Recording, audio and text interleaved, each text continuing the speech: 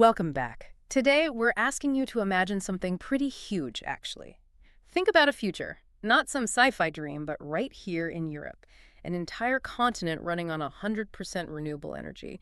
Is that just, wishful thinking? Or could it actually be a realistic, economically sensible path forward? That's exactly what we're getting into in this deep dive. We're digging into a really comprehensive study called Flexible Electricity Generation, Grid Exchange and Storage for the Transition to a 100% Renewable Energy System in Europe. Our mission really is to unpack how Europe could potentially hit that 100% renewable target by 2050. We'll look at flexible generation, grid connection, storage, all that stuff. And crucially, is it affordable? Is the tech even there? And what's really striking, I think, right from the start of the study is its conclusion. It basically says, yes, a 100% renewable system for Europe. It's technologically doable. It fits with the Paris Agreement goals. But get this, it also projects that the overall cost of electricity, the LCOE, could actually fall quite significantly, in fact. Okay, hold on. That's the bit that might make people pause, right? Feasible, okay, maybe, but cheaper. How does such a massive change actually bring costs down? Can you give us the quick version of why the study sees that happening? Yeah, it's a fair question. The core idea is that the costs of the key technologies themselves, solar PV, wind power, they've just plummeted, and energy storage, especially batteries, same story, huge cost reductions. So you contrast that with the rising costs of keeping old fossil fuel plants running, plus the huge expense of decommissioning nuclear plants. Suddenly, this new green pathway starts looking like the financially smarter option. Yeah. It really does suggest a cheaper future. Right, okay. Now, this big vision, this energy union, it sounds good. But I seem to recall there were always sort of two different schools of thought on how to get to a renewable future. Something about smart grids versus super grids. Can you quickly outline what those were about and where this study lands? Does it pick a side or is it something else? Yeah, you're right. That's been a key debate historically. You had groups like Eurosolar really pushing for a decentralized model. Think local generation, community power, less reliance on big energy companies. That was the smart grid idea, roughly. Then on the other side, you had concepts like Desertec, which envisioned this highly centralized, almost continent-spanning grid, importing solar from North Africa, wind from remote areas. That's the super grid picture. What this study actually supports is what they call a super smart grid vision. It argues that these aren't, opposing ideas. They're actually complementary. You need both the big interconnections and the smart local grids for a fully decarbonized system. It's about blending them. Okay, so a super smart grid. So it's not just technical jargon then. It's Right. really about the kind of energy world you end up living in. Will your power come mostly from, say, solar panels down the street? Or will it travel hundreds of miles from a giant wind farm? This suggests maybe a bit of both, smartly managed. Exactly, a Oh, robust mix. okay, before we jump fully into the future model, let's just ground ourselves for a sec. Renewables, people still sometimes think of them as, I don't know, a small part of the picture. What does the actual data from recent years show for Europe? Has the growth been genuinely dramatic? Oh, the numbers are really quite something. Forget niche. Just look at the decade from 2007 to 2017. Europe's installed renewable capacity nearly doubled. Went from about 258 gigawatts electrical, let's call it GWE, up to 512 GWE. And the stars of the show. Solar PV capacity exploded by almost 2,000%, 1966% to be exact. Offshore wind grew by over 1,300%. Onshore wind up 180%. Bioenergy up nearly 100%. It's a revolution in progress. Wow, okay. Those are some serious numbers. So with that kind of growth and costs falling, as you mentioned, what sort of strategic moment does this create for Europe right now? Is it just about being green? It's much more than that. It's what the study calls a well-timed opportunity. You've got the falling costs of renewables and storage, making them the cheapest options in many cases. But crucially, think about Europe's existing power plants. A lot of them are old, they're carbon heavy, they're nearing retirement anyway, and many nuclear plants are scheduled to be decommissioned by 2052. So you have this almost perfect window to replace that aging, polluting infrastructure with cheaper, cleaner, modern tech. You can do it without stranding massive investments in old systems that are on their way out. Right. Now, historically, people also talked about nuclear power and maybe carbon capture and storage, CCS, as low-carbon paths. What does this study say about how they stack up against renewables now? Are they still realistic contenders in this 2050 vision? The study, well, it paints a challenging picture for both, frankly.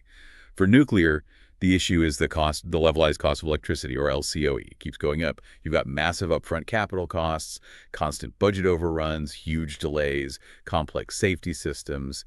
And then there's the the immense societal cost of accidents, those Dragon King events like Chernobyl and Fukushima, the liability for those isn't fully borne by the operators. A lot of the risk is socialized, pushed onto society. That makes the true cost incredibly high. Well, that's a pretty stark way to put it, Dragon King events. Yeah. So when you say the nuclear industry might be on the verge of collapse, according to the study, it's not just the direct costs, but these massive, almost uninsurable societal risks factoring in. Exactly. The study points to this trend. New nuclear projects consistently blowing their budgets, often by 100% or more, taking decades longer than planned. Combine those escalating direct costs with the catastrophic, hard-to-quantify risks of major accidents, risks no private insurer touches, and the total cost, the real cost of society, just becomes immense. The study basically argues it's financially unsustainable, especially compared to renewables getting cheaper and cheaper. Okay, got it. And what about CCS, carbon capture on fossil fuel plants? Fossil-based CCS comes across as a high-cost, high-risk bet as well. It's generally more expensive than just building renewables in the first place. It also suffers from budget blowouts. And critically, it's not really carbon neutral. There's always a risk of leakage down the line, needing management for, well, potentially generations. Plus, it does absolutely nothing about all the other pollution from fossil fuels, sulfur, nitrogen oxides, heavy metals, the damage from extraction and transport. It's just not a path to a truly sustainable system. Understanding those trade-offs really helps appreciate why this 100% renewable idea is gaining so much traction, scientifically and economically. It's not just about emissions, it's about genuine sustainability, security, and, well, cost. Okay, so to model this whole massive transition, the study used this Lapin-Ranta University of Technology model, the LUT model. That sounds incredibly complex. Dividing Europe into 20 bits, simulating every hour for decades. Computationally, that's huge. Yeah. Was there anything in that process that really surprised the researchers, or maybe an unexpected challenge the model highlighted? Oh, it's definitely a massive undertaking. One thing that often raises eyebrows is just how dominant battery storage becomes and how quickly. Even with other options available for short-term balancing, the model's assumptions about battery cost reductions are so aggressive that batteries just, well, they went out for those hour-to-day balancing needs. Another challenge is always trying to capture the soft factors, right? Political will, public acceptance. The model can show you the cheapest technical path, but getting there involves people, and that adds layers of complexity you can't easily code. Right, human factors. And the study didn't just model one future, did it? It compared two main scenarios. What were they, and why was that comparison so important? Correct. Two core scenarios. First was the region scenario. Think of Europe's 20 regions like the Baltics grouped together, or Spain and Portugal, each acting mostly as its own independent energy island, largely self-sufficient. The second was the area scenario. Same 20 regions, but this time they're heavily interconnected with big high-voltage transmission lines, undersea cables, the works. The key difference is obviously that level of interconnection, and comparing them was crucial to answer the question. Does building a stronger, more integrated European grid actually lead to the lowest cost overall solution? Is that energy union idea economically sound? And the study did something else quite innovative for this scale. It included prosumers. Can you remind us what prosumers are and how their behavior was actually factored into this huge model? Right, prosumers. They're a really key piece of the puzzle now. Basically, it's homes, businesses, factories maybe, that both produce and consume electricity. Think rooftop solar panels, often paired with a home battery. The model actually tried to simulate their economic decisions. So it looked at how they'd likely operate their solar and batteries to minimize their own electricity bills, how much they'd use themselves, how much they'd store, and crucially, how much excess power they might feed back into the main grid. That local activity really changes the flows on the bigger grid. So this modeling wasn't just abstract numbers then. It tried to reflect the kind of choices that you listening right now might make if you had solar panels and how all those individual choices add up. Okay, so after running all these complex simulations, what did the study actually find? What does the path to 100% renewables by 2050 look like? Let's start with the energy mix itself. You mentioned solar PV was huge, 62%. That's a massive shift. What does that dominance imply? Yeah, 62% solar PV capacity by 2050 in both scenarios. It is a huge number, and it really signals a fundamental change. For me, the big implication is how we absolutely have to design the grid around that intermittency. Solar power is great, but it's not there 247. So that dominance means storage and smart grid management become non-negotiable. They're absolutely essential. Wind power is the next biggest chunk, around 17 to 22%, depending on the scenario. Hydropower contributes about 7%. And interestingly, gas-fired power plants still play a role, but using sustainable fuels, synthetic natural gas made from renewables, or biomethane.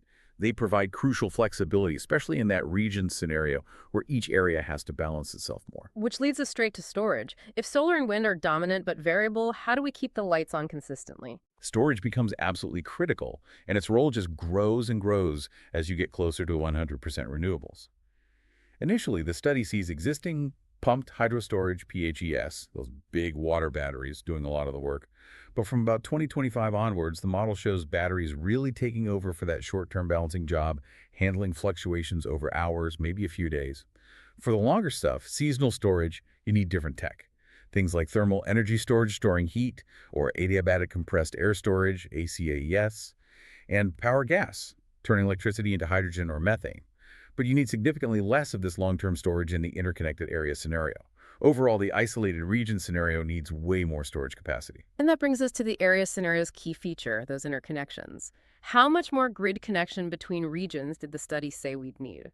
It projected roughly a four-fold expansion of the interconnection capacity across Europe, so growing from about 63 GeV back in 2015 up to something like 262 GeV by 2050. And what's really interesting is that most of this build-out, this big increase in connections, happens quite early in the model, mostly before 2025. This bigger grid allows for a lot of energy to be moved around, about 12% of Europe's total electricity demand by 2050. Okay, 4 times the capacity, built relatively quickly. How does that actually work in practice? How does moving power across Europe help balance all that solar and wind? It's all about exploiting the natural geographic diversity, the complementarities. Think about it when it's really windy in the northwest, say Britain and Ireland. They might have way more power than they need. They can export that excess wind power south, maybe to Italy or Spain, where perhaps it's sunny but not windy, or maybe it's nighttime and their solar isn't producing, and vice versa. Solar power can flow north when needed. This continent-wide balancing act significantly reduces the amount of storage each individual region needs to build.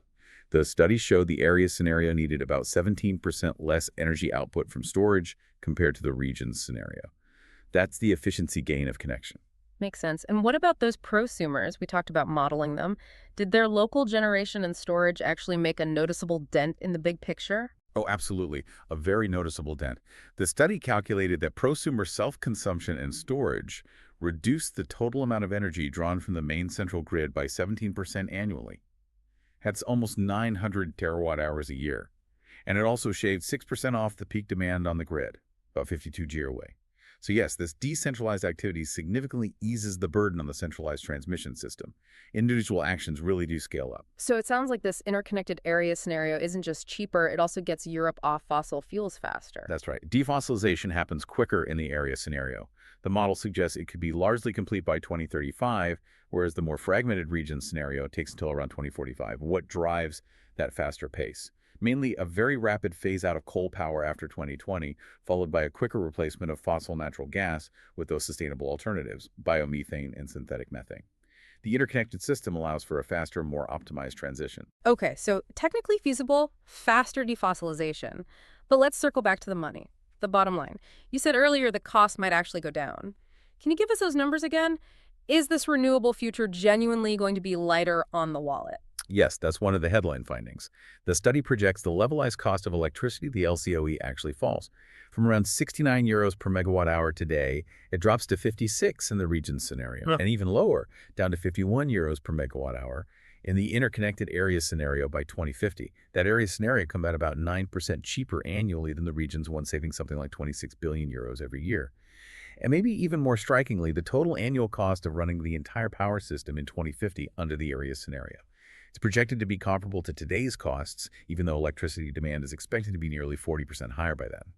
A big part of that is the assumption of really low battery costs, around 75 euros per kilowatt hour, much lower than some other studies assume. 51 euros per MWH, saving 26 billion a year. That's a seriously powerful economic argument. Makes a green transition look like a smart investment. But of course, none of this happens automatically. It needs strong policies, clear direction. What kind of policy approach does the study recommend to actually make this happen? You mentioned super smart policy. What does that look like in practice? Exactly. It requires a super smart policy framework. The idea is to set clear, ambitious, overarching goals at the European level. That 2050 decarbonization target is the prime example. That's the top-down direction. But then You give member states and regions the flexibility to figure out the best way to contribute to that goal locally. They can use feed-in tariffs, market schemes, whatever suits their specific circumstances and resources. So maybe one country focuses subsidies on rooftop solar in sunny areas, while another prioritizes offshore wind options. It allows for local optimization while still driving towards the common European goal. And of course, the study stresses the absolute need for ongoing innovation in smart grids, storage, powered X fuels like hydrogen, and the transmission tech itself. It really highlights that building this future grid isn't just about engineering, is it? It's deeply social and political, too. Your choices, your engagement as a citizen, or maybe a future prosumer, they actually matter in shaping how this unfolds. So, as we wrap up this deep dive, it feels pretty clear. The study suggests that getting Europe to 100% renewable energy by 2050 isn't just some distant dream. It's looking like a tangible, potentially cheaper reality. Absolutely.